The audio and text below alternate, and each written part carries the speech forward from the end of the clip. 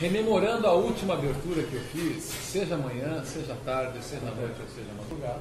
Estamos de volta aqui, mais uma Conexão TI para Negócios, no restaurante Tasca da Esquina, um restaurante português que está nos recebendo hoje para essa conversa deliciosa, na Alameda Itu 225, é isso, né? Exatamente. E estamos com o Renato, com o Helder, com o Perim. E nós vamos retomar a nossa conversa agora, Perim. Vamos falar sobre o direito do esquecimento, mas você queria falar alguma coisa antes? Não, eu queria que o Helder explicasse o que é Tasca da Esquina. Ah, pois é, exato.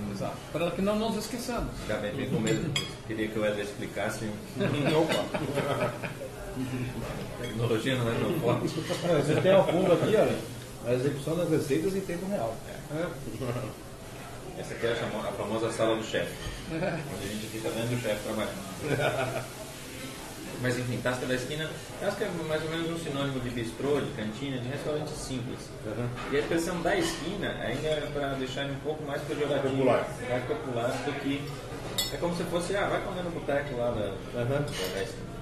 E a brincadeira é exatamente essa. É um ambiente extremamente despojado, onde vocês podem ver papel, o ambiente é simples, mas ele tem toda a louça italiana, estaleiro, os copos são de porcelana, os guardanapos de linha italiano, e por aí vai.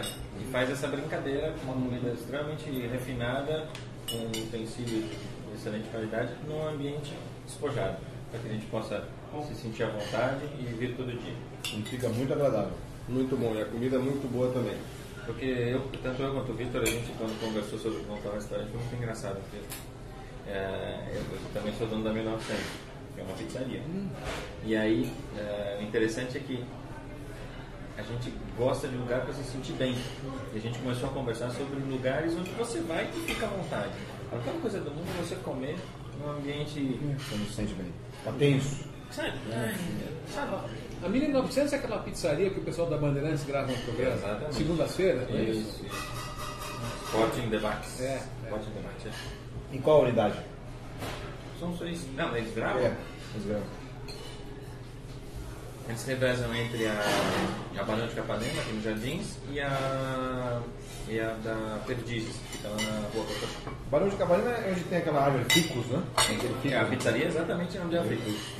Na época do Ficus Bar. Exatamente. Estou vivendo a minha idade já. Mas e o imóvel é o mesmo, sabia? A pizzaria está muito agradável, muito bem. Bem legal. Muito bom. E a gente estava querendo discutir aqui um pouquinho, voltando para o nosso core business, que é a questão do direito ao esquecimento. O Renato levantou essa questão, acho que é importante, inclusive, lembrar que a gente se expõe pacas nessas redes sociais.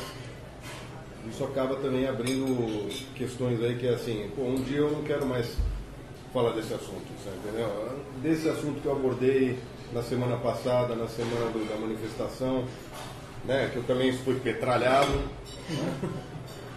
Mas sabe que esse assunto é extremamente delicado.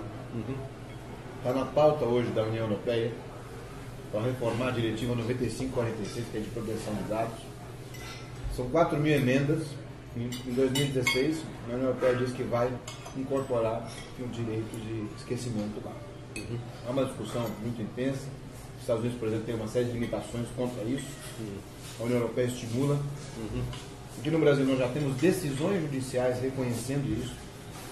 Opiniões oficiais do Conselho da Justiça Federal aplicando isso.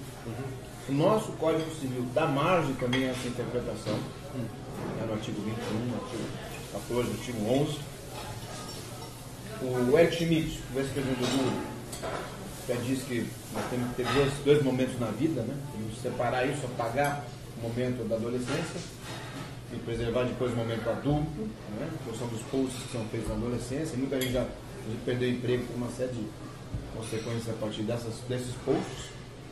E nós temos aí alguns casos muito interessantes. Eu acho que eu sou um defensor do direito do esquecimento. Claro, as informações que não têm relevância pública, se a pessoa quiser, ele tem que dar um jeito de ser excluído. Houve uma notícia, houve um problema, houve uma questão que envolveu aquela pessoa, teve para registro histórico, interesse da sociedade, divulgação, imprensa, etc. fica, mas fora isso não. E sem falar nas questões que envolvam aí a humilhação da pessoa, a imagem, a exposição, a honra da pessoa, isso tem que envolver. E eu lembrei de um caso agora, Xandó, desculpa estar interrompendo aqui, uma decisão interessante do Tribunal de Justiça do Paraná, um sujeito que foi condenado em primeiro grau por um crime qualquer, lá não lembro qual, e saiu a notícia num determinado site, o sujeito tal foi condenado. O nosso hábito hoje não é mais procurar aí no buscador, no Google, etc. E lá clica o nome da pessoa e a primeira coisa que vem é a condenação. Só que esse sujeito apelou ao tribunal e um ano depois o tribunal reverteu e absolveu. Só que depois disso, você lá procurava o nome da pessoa e continuava só a notícia da condenação. Então, dentro do nosso comportamento hoje, qual é a percepção que fica? Que você está condenado. E mesmo que estivesse condenado, né? Aliás, eu não falei, o tribunal mandou o site atualizar a notícia e o Google reindexar. Mas mesmo que ele tivesse sido condenado, a decisão tivesse sido mantida em segundo grau, a própria lei das execuções penais, ela diz o seguinte: quando você cumpre a pena, você não tem mais registro. Você vai tirar uma certidão no fórum, não consta a condenação para o sujeito se ressocializar. Não consta. Zero. Não é o que acontece hoje na internet. Eles zeram oficialmente, mas procuram na internet e continua lá. Então, a gente até fala, né? O Estado absolve, mas a internet condena. Dentro do esquecimento é muito importante. Não fica no prontuário do cara que ele já teve uma condenação, um cumprimento. Quando ele cumpriu, não. Você não aparece mais. Não aparece. Né? Ele fica um registro para as autoridades, mas restrito. Né? Restrito. Mas não na certidão, quando você tira a certidão criminal. Claro. Não fica. Certidão de antecedentes, por exemplo, não sairia. Não fica. Você falou antes, falou agora também, mas acho que essa frase tem que ser repetida, que é a justiça absolve e a internet condena. Porque assim, a notícia ruim sempre fica, né? A boa ninguém dá, né? Isso é injusto, né? É uma situação de injustiça, que tem que ser corrigido. Mas olha, esse assunto é bastante complexo. Imagina uma situação não tão longe como essa, de uma condenação judicial. Mas o Perim aí que bateu boca com os petralhas, né, Perim? Sim, senhor. Então, essa discussão que houve lá no blog do Perim, por qualquer motivo alguém achou que valia a pena replicar. Opa! Bastante alegre. É o chefe? Chama ele. Chama ele para se apresentar. Então, mas se alguém replicou isso daí em algum lugar, você perde o controle. Como é que você vai? Você pode até apagar do teu site, mas isso passou para frente, ou post replicado do Facebook, não tem uma tecnologia que permita isso. Mas é uma discussão que envolve não só a lei, eficácia técnica disso. Quem é que hoje tem a capacidade de eliminar isso? Qual é o buscador mais usado? É o Google. Não tem a capacidade de eliminar isso? A resposta é positiva. Sim, tem. Aliás, o Google indexa o que você quiser. Parametriza, saiu agora. O que ele quiser, a tecnologia é muito grande. Claro que uma coisa ou outra pode passar. Mas o que vai passar vai estar tão codificado, que vai ficar tão difícil de achar, que não vai ter relevância. Então aí eu defendo também que esses novos entes, produtores de conteúdo e de busca, eles têm a sua obrigação, porque eles têm a capacidade técnica de fazer isso. Quem falava isso é o Lawrence Lessig, em 97, no seu livro The Code and the Other Laws from Cyberspace. Então, senão fica uma situação de injustiça. Isso a gente não pode admitir, senão vira um baderno. Vira um pouco aquela história de que uma mentira falada tantas vezes vira verdade, né? E aí o sujeito também pode, ele vê que não tem amparo legal, ele vai começar a criar conteúdo positivo e verídico. Então você não sabe o que é verdade e o que é mentira. E o nome disso é direito de esquecimento? Né? Direito ao esquecimento. The right to be forgotten. Agora, isso é curioso, não sei se a gente tem tempo ainda, Xandó, para falar nesse bloco, mas... Mais um pouquinho, mais 2 minutos. Mas eu vi a semana passada, né, porque eu coloquei, o Xandó comentou dessa petralhada que eu sofri aí, mas é verdade. Eu me coloquei contrário, né, ou pelo menos me coloquei em dúvida, na verdade, em relação à decisão da presidente de colocar uma Assembleia Constituinte no momento desse. Eu achei isso uma situação perigosa. porque não é justamente o que a gente precisa mudar a lei, a gente precisa respeitar as leis. Né? Leis nós já temos, a Constituição de 88 é muito boa, na minha visão. O que eu acho é que a gente precisa seguir esses preceitos. E as pessoas que entraram no meu Facebook me contestando, tinha algumas pessoas que se faziam esquecer.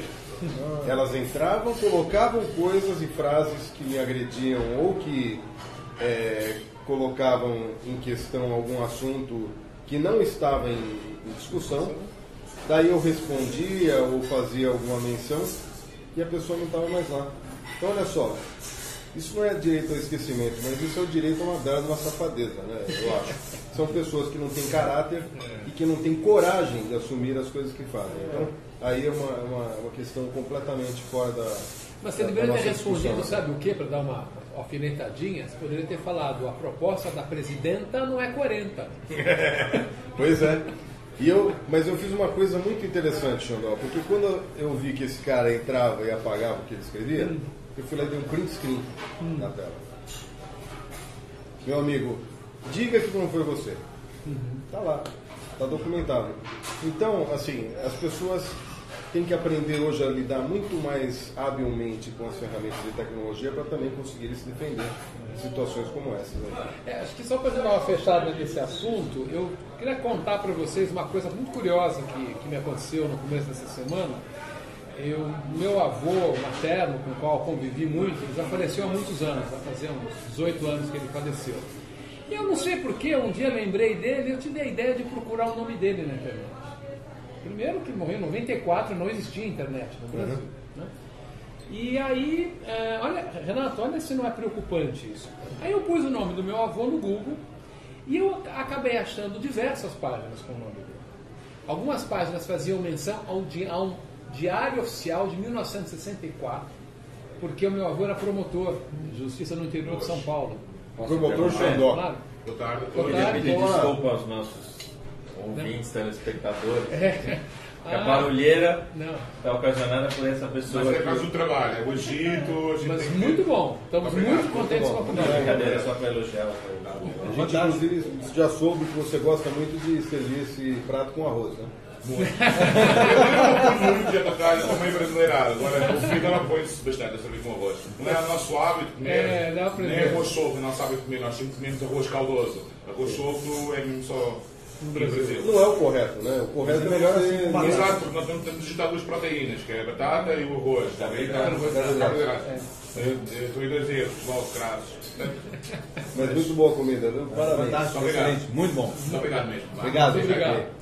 Então, só concluindo, eu achei referências ao meu avô no Diário Oficial de 1964 e um monte de referências em sites de genealogia que eu não faço a menor ideia de como foi para lá. O nome do meu avô, os irmãos dele, o nome da minha mãe, até o meu nome em sites de genealogia que eu jamais forneci informação. Quer dizer, se já é difícil esquecer alguém, não sei de onde estão sendo buscadas as informações. E os sites são sites que te deixam ver um pouquinho, se você quer ver mais, aí você tem que pagar. Né?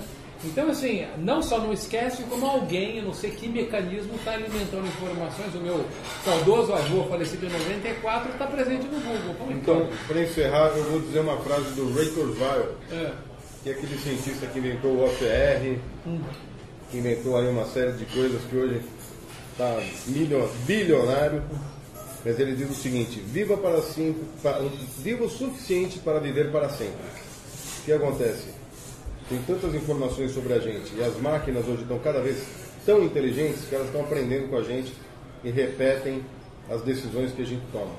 Então amanhã minha filha pode chegar, se eu já estiver fora desse mundo aqui, ela dizer assim: papai, o que eu faria para um servidor? E ele dirá: eu faria. Veio uma voz do além. Tá. Isso aí, gente. Pessoal, até a próxima. Até o próximo bloco. Até lá. Tchau.